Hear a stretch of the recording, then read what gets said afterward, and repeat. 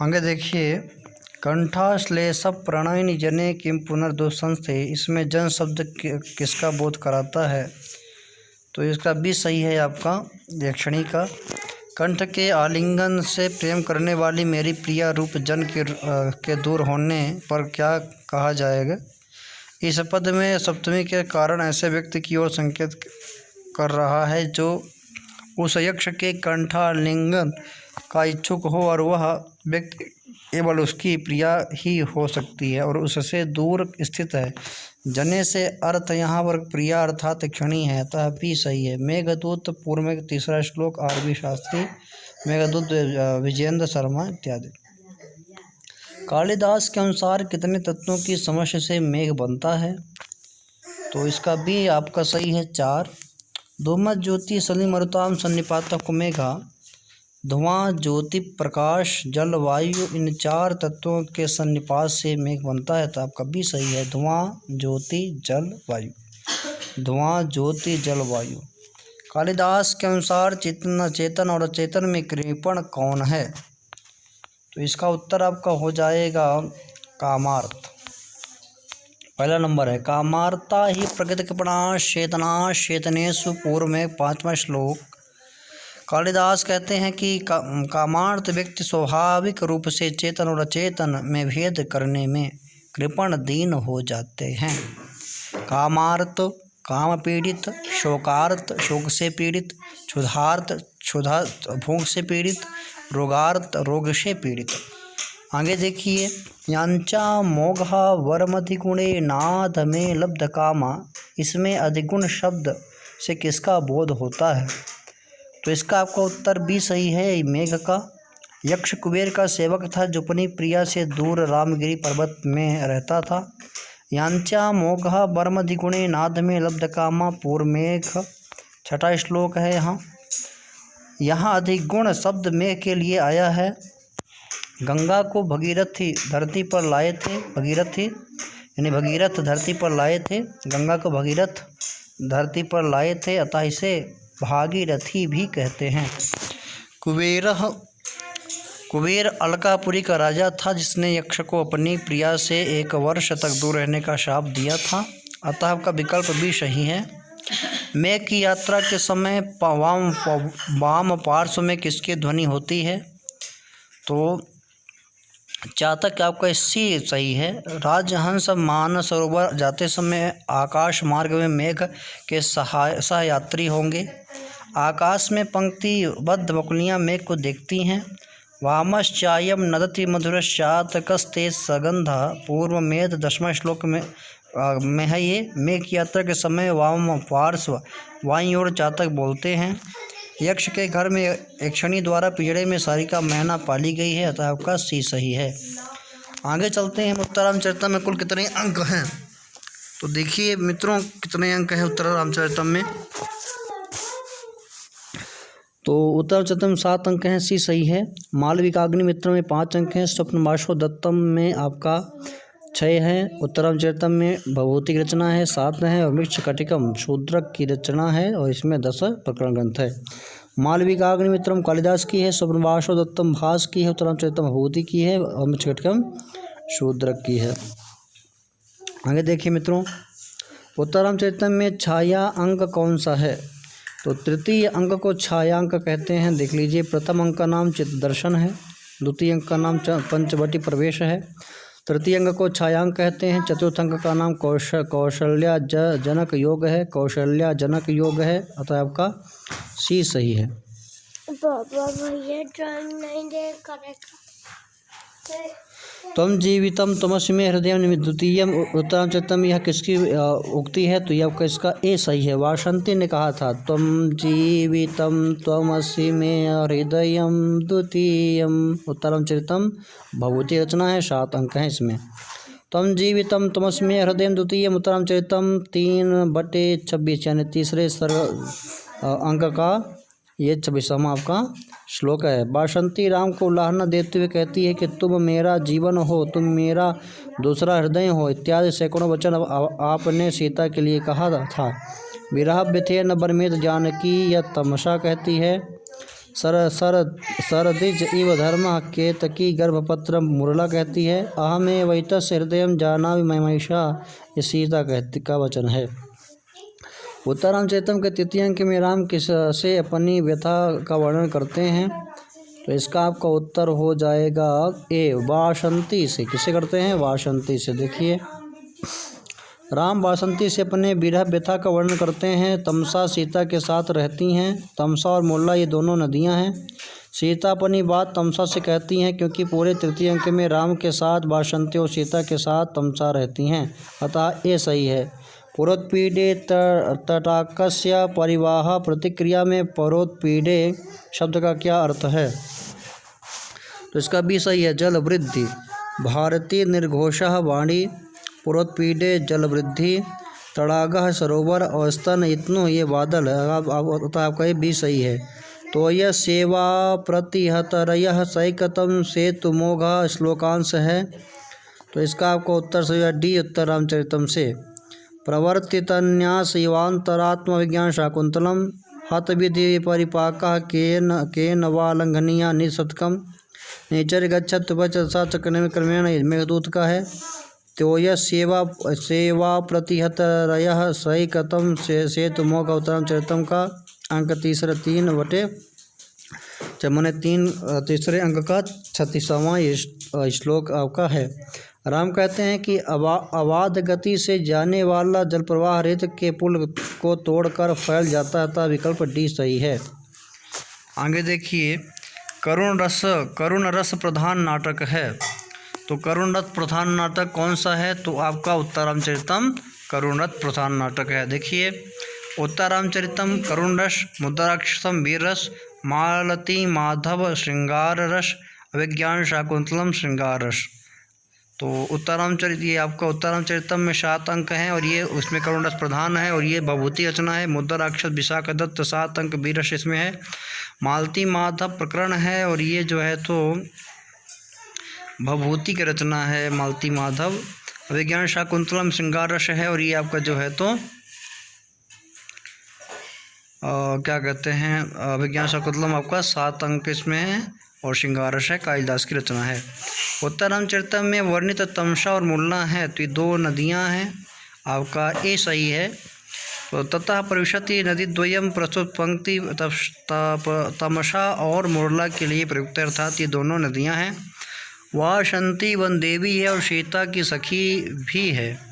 सीता राजा जनक की पुत्री, राम की पत्नी है। कुश और लव इनके 2 पुत्र हैं। वनवास काल में इनकी कोई परिचारिका नहीं थी। कुश और लव दोनों राम और सीता के पुत्र हैं। कुश बड़ा भाई और लव छोटा है। इनकी भी किसी परिचारिका का उल्लेख नहीं है। करुणस्य मूर्ति अथवा शरीरनि विरह व्यथिर्न वनमेति जानकी, कथन किसका है? तो आपका ये इसका उत्तर आपका जो है सही हो जाएगा डी तमसा का। करुणस्य मूर्ति अथवा शरीरनि विरह व्यथिर्न वनमेति जानकी, यह तमसा का कथन है, तो ये आपका तमसा का। हृदय कमल शोषी दारुणो दीर्घ शोका, मुरला का। दृष्टिया अपरिहीन धर्मा, कलुष राजा सीता का है। यत कल्याणम वयसी तरुणे भाजनम तस्य जाता है, राम का है। करुणा से मूर्त अथवा शरीरनि विरह व्यथिर्न वनमेति जानकी, उत्तर आपका सीता। जब सीता गोदावरी से निकलकर पंचवटी प्रवेश करने लगती हैं तब तमसा कहती है, सीता करुणरस की साक्षात मूर्ति अथवा शरीर धारणी वियोग व्यथा के तुल्य पंचवटी में आ रही है। भभूति किसके आश्रित कवि थे? तो ये आपका उत्तर हो जाएगा, इसका ए सही है यशोवर्मा के। भभूति यशोवर्मा के। कालिदास विक्रमादित्य के सभा पंडित थे। बाणभट्ट हर्षवर्धन के। भारवी विष्णुवर्धन के थे, अतः आपका ए सही है। शिवराज विजय के लेखक हैं तो अंबिका दत्त व्यास ने शिवराज विजय वीर रस में लिखा है। 3 विराम है, 12 निश्वास हैं। दशकुमार चरितम दंडी रचना है। शिवराज विजयम अंबिका दत्त व्यास का, संहार कालिदास का, किरातार्जुनीयम भारवी का, अतः विकल्प आपका बी सही है। संस्कृत संजीवनी समाज की स्थापना किसने किया था? तो इसका उत्तर हो जाएगा आपका डी, और डी है अंबिका दत्त व्यास ने। संस्कृत संजीवनी समाज की स्थापना किसने किया था? तो ये आपका किए थे अंबिका दत्त व्यास जी ने। संस्कृत साहित्य में प्रथम ऐतिहासिक उपन्यास का सौभाग्य किसे प्राप्त था? तो शिवराज, ये आपके 20 नंबर रहे हैं, शिवराज विजयम। किसे प्राप्त है? शिवराज विजयम को। आगे देखिए, नवशाहशांक चरितम संस्कृत साहित्य का प्रथम ऐतिहासिक महाकाव्य है। तो संस्कृत साहित्य का प्रथम ऐतिहासिक महाकाव्य कौन सा है? नवशाहशांक चरितम। शिवराज विजयम संस्कृत साहित्य का प्रथम ऐतिहासिक उपन्यास है। कादम्बरी मानभट्ट कृत कादम्बरी 3 जन्मों की एक काल्पनिक कथा है। हर्षचरितम यह एक आख्यायिका ग्रंथ है। इसमें कुल 8 उच्छ्वास हैं, तो आपका 20 सही है। शिवराज विजयम का प्रधान रस कौन सा है? करुण रस, श्रृंगार रस, शांत रस या वीर रस? तो इसका उत्तर आपका हो जाएगा डी सही, वीर रस। उत्तराम चरितम करुण रस, नैषधीय चरितम श्रृंगार रस, शार्यपुत्र प्रकरणम शांत रस और शिवराज विजयम वीर रस है। तो उत्तराम चरितम भभूति का है, इसमें 7 अंक हैं। नैषधीय चरितम श्रीहर्ष का है, 22 सर्ग हैं। ये 7 अंक 22 सर्ग हैं, ये महाकाव्य में आता है। शार्यपुत्र प्रकरण, इसमें 10 प्रकरण हैं, इसमें 10 अंक हैं और ये प्रकरण है, यह सुघोष की रचना है। शिवराज विजयम 3 विराम 12 निश्वास वीर रस अंबिका दत्त व्यास की रचना है। शिवराज विजयम की संपूर्ण कथा कितने निश्वासों में विभक्त है? तो ये इसका डी सही है, 12 निश्वास हैं, 3 विराम हैं। देख लीजिए, सरस्वती कंठाभरणम 5 परिच्छेद हैं, हर्षचरितम में 8 उच्छ्वास हैं, काव्य आदर्श में 3 परिच्छेद हैं और शिवराज विजयम में 12 निश्वास हैं और 3 विराम हैं। आगे हम देखते हैं, शिवराज विजयम में किस रीति का आश्रय लिया गया है? तो शिवराज विजयम किस रीति का आश्रय लिया गया है? तो आपका इसका उत्तर हो जाएगा, इसका उत्तर आपका सही है सी, और सी हो गया आपका ये उत्तर।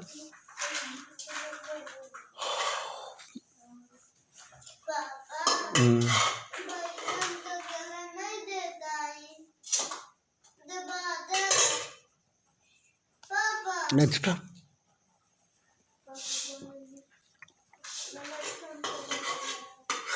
सी सही है आपका, शिवराज विजयम। आगे देखिए, विज्ञान शाकुंतलम वैदर्भी रीति है। शिवराज विजय में पांचाली कही गई, कहीं कहीं गौड़ी भी है।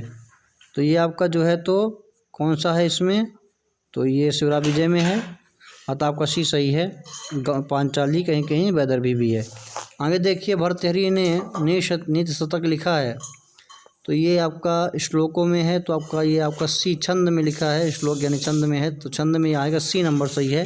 कादम्बरी गद्य है, अभिज्ञान शाकुंतलम गद्य पद दोनों हैं, नीति शतकम विभिन्न छंदों में और गीता श्लोक अनुष्टुप छंद में। नीति शतक में कितने प्रकार के प्राणी बताए गए हैं? तो नीति शतक में 3 प्रकार के प्राणी बताए गए हैं। प्रायेणाधम मध्यमोत्तम गुणा संसर्गतो जायते। नीति शतक में भर्तृहरि ने 3 प्रकार के प्राणी बताए हैं, अधम मध्यम उत्तम। 4 वेद, ऋग्वेद, यजुर्वेद, सामवेद, अथर्ववेद। ऋतुसंहार के 6 सर्गों में वर्णित 6 ऋतुएं ग्रीष्म, वर्षा, शरद, हेमंत, शिशिर, वसंत। अष्टमूर्ति शिव, जल, अग्नि, यजमान, सूर्य, चंद्र, आकाश, पृथ्वी, वायु रूप मूर्ति, अतः आपका ए सही है। विद्या विहीना पशु, यह पंक्ति किस ग्रंथ से संबंधित है? तो विद्या विहीना पशु यह नीति शतक में है, तो इसका ए नंबर सही हो जाएगा। विद्या विहीना पशु, विद्या से विहीन व्यक्ति पशु है नीति शतकम। स्त्रीणाम माध्यम प्रणय वचनम विभ्रमो ही प्रियेषु मेघदूतम। भवति ननु लाभो ही रुदितम, ये उत्तरम चरितम का है। उचित न ते मंगलम का मंगल कार्य रोदितम, अभिज्ञान शाकुंतलम का है, अतः आपका जो ये सही है आपका नीति शतक का सही है। प्रारब्ध मोत्तम जना न परित्यजंत श्लोकांश उद्गृत है, तो इसका आपका सी सही है नीति शतकम से।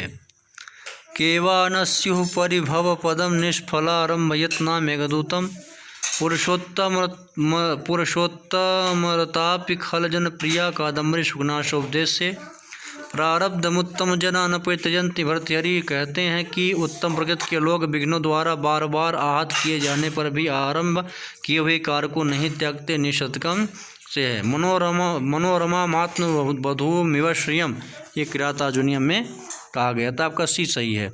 सेवा धर्मा परम गहनो योगिनामप्यगम्यम, श्लोकांश में परम गहनों का क्या अर्थ है? तो इसका उत्तर हो जाएगा ए अत्यंत कठिन। तो परम गहनो अत्यंत कठिन, जल्पकः असंगत बोलने वाला, अवंचकः धोखा न देने वाला, ह्रीमति लज्जा वाली, आगे है कादम्बरी कथा। कादम्बरी कथा क्या है? एक कल्पना प्रसूत है। देखिए, कादम्बरी कल्पना प्रसूत गुणार्धक बृहत कथा, इसका उपजीव्य है। अभिषेक नाटक रामायण पर आधारित है। भाष्य की रचना है। मेण संहार महाभारत पर आधारित है। भाष्य की रचना ये भी है। मालती माधवम पूर्ण काल्पनिक है। और मालती माधव ये भभूति रचना है। अतः आपका जो है ये सही है। आगे हम चलते हैं। कादम्बरी में कितने जन्मों की कथा है? 3 जन्मों की कथा है। तो कादम्बरी में 3 जन्मों की कथा का वर्णन है। 3 जन्मों का नाम है पुंडरीक, वैशंपायन, शुक। देखिए, पहला जन्म होता है आपका पुंडरीक का, दूसरा वैशंपायन का, फिर शुक। ये पुंडरीक ही शुक था और ये पहला जन्म इसका पुंडरीक का था, दूसरा वैशंपायन हुआ, तीसरा शुक हुआ। जो चंद्रापीठ था उसका पहला जन्म था चंद्रमा का, दूसरा चंद्रापीठ और तीसरा हुआ शूद्रक होकर आया था। आपका जो है तो बी सही है इसमें।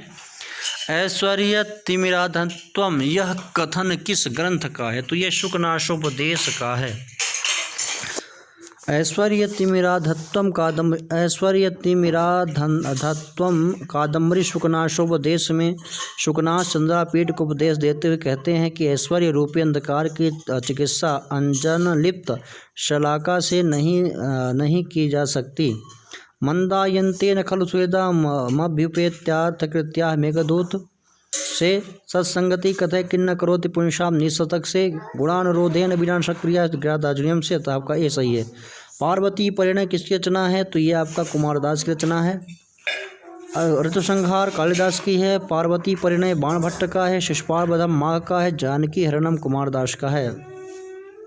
आगे हम चलते हैं। कर्ता का इष्टतम कारक है। तो कर्ता का इष्टतम कारक क्या होता है? तो जो इष्टतम कारक होगा वो कर्म होगा आपका, ए सही है।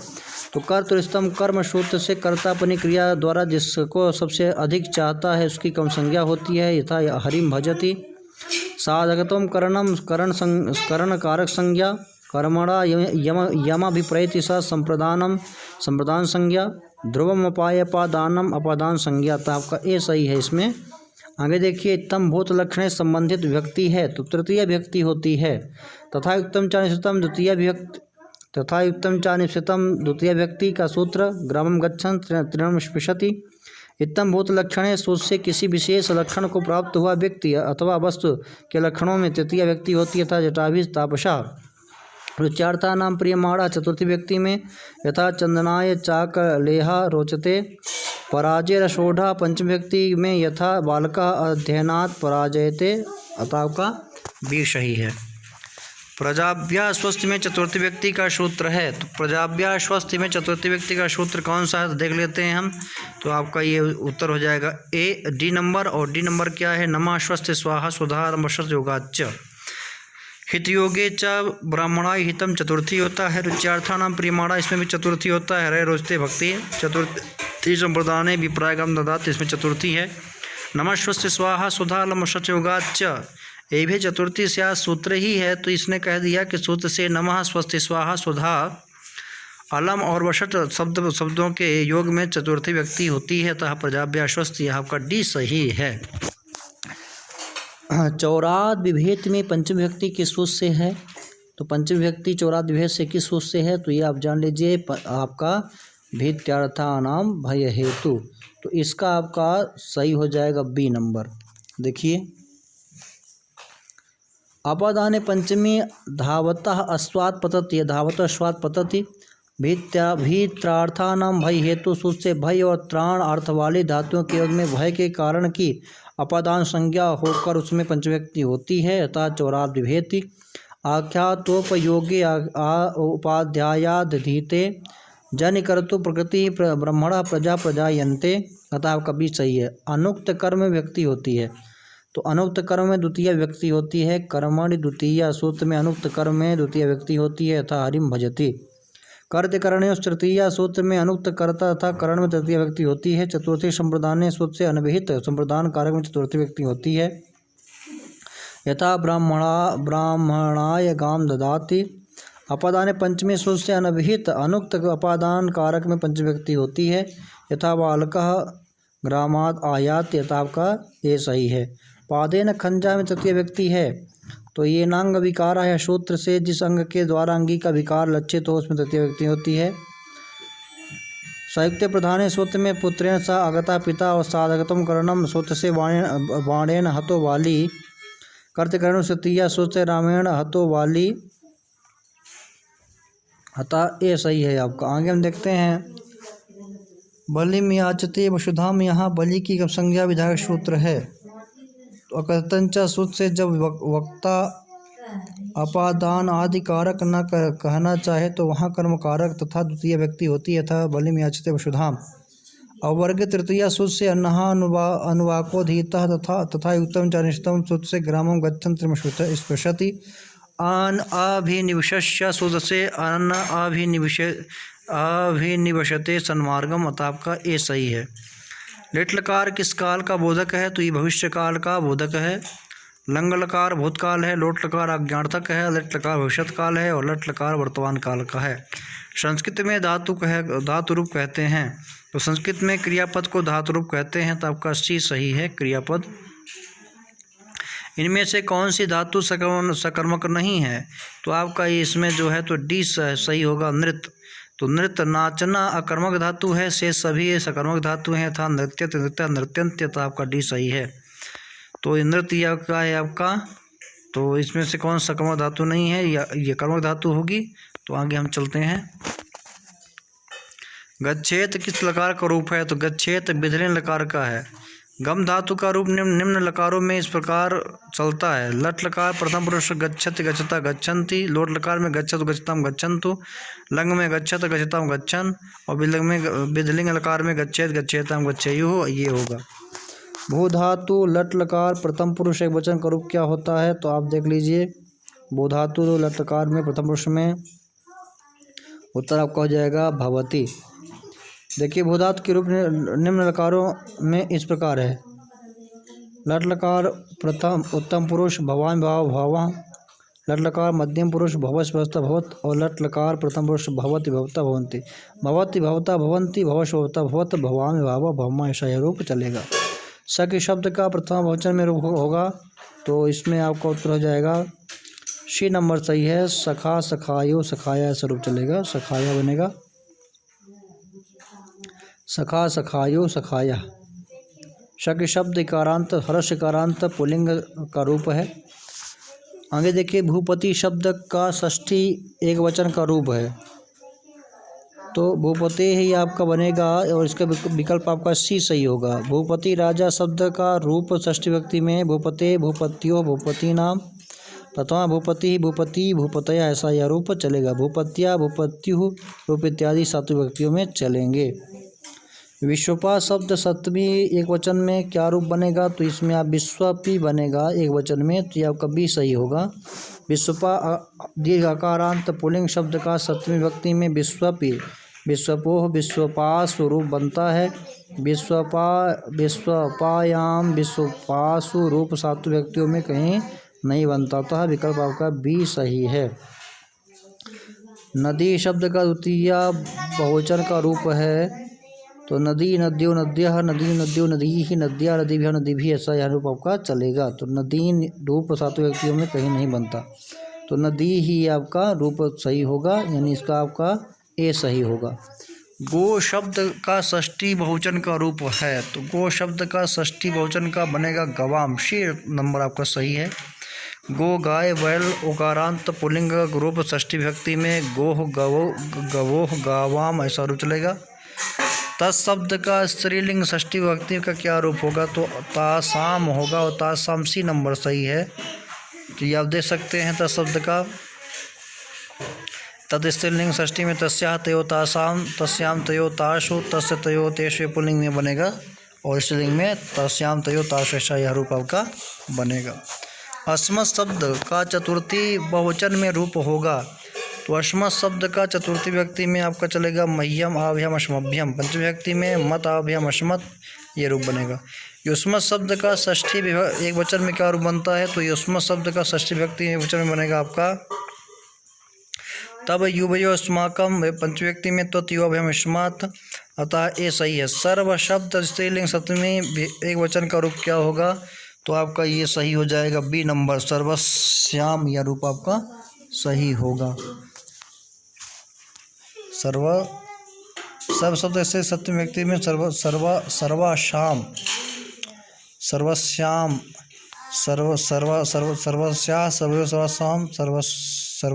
सर्वश्याम बी नंबर सही है आपका। त शब्द पुल्लिंग द्वितीय बहुवचन में तो सा तौते तम तो तांसी नंबर सही है आपका। आकाश में दीर्घ का सूत्र है तो ये आपका व्यंजन संधि स्वर संधि तो स्वर संधि का है, ये आपका ए नंबर सही है। आकाश में दीर्घ का सूत्र से प्रत्याहार अ ई उ रिलरी के बाद समान स्वर ह्रस्व या दीर्घ आए तो दोनों के स्थान पर दीर्घ स्वर संधि होती है यथा दे प्लस आलया देवालय, स्तोष चुनाष्टु सूत्र से सत प्लस चित सच्चित रोसुपी सूत्र से अहन प्लस हन अहरहा इको सूत्र से शुद्धि प्लस उपास्या शुद्ध उपास्या, ये सही होगा। पावकः का संधि विच्छेद है तो पावकः का आवका हो जाएगा पौधनकः और ये आपका सी नंबर सही है। ए सूत्र से ए ओ आई औ के स्थान पर क्रमशः अय अव आय आव हो जाता है यथा पौ प्लस अका पावकः।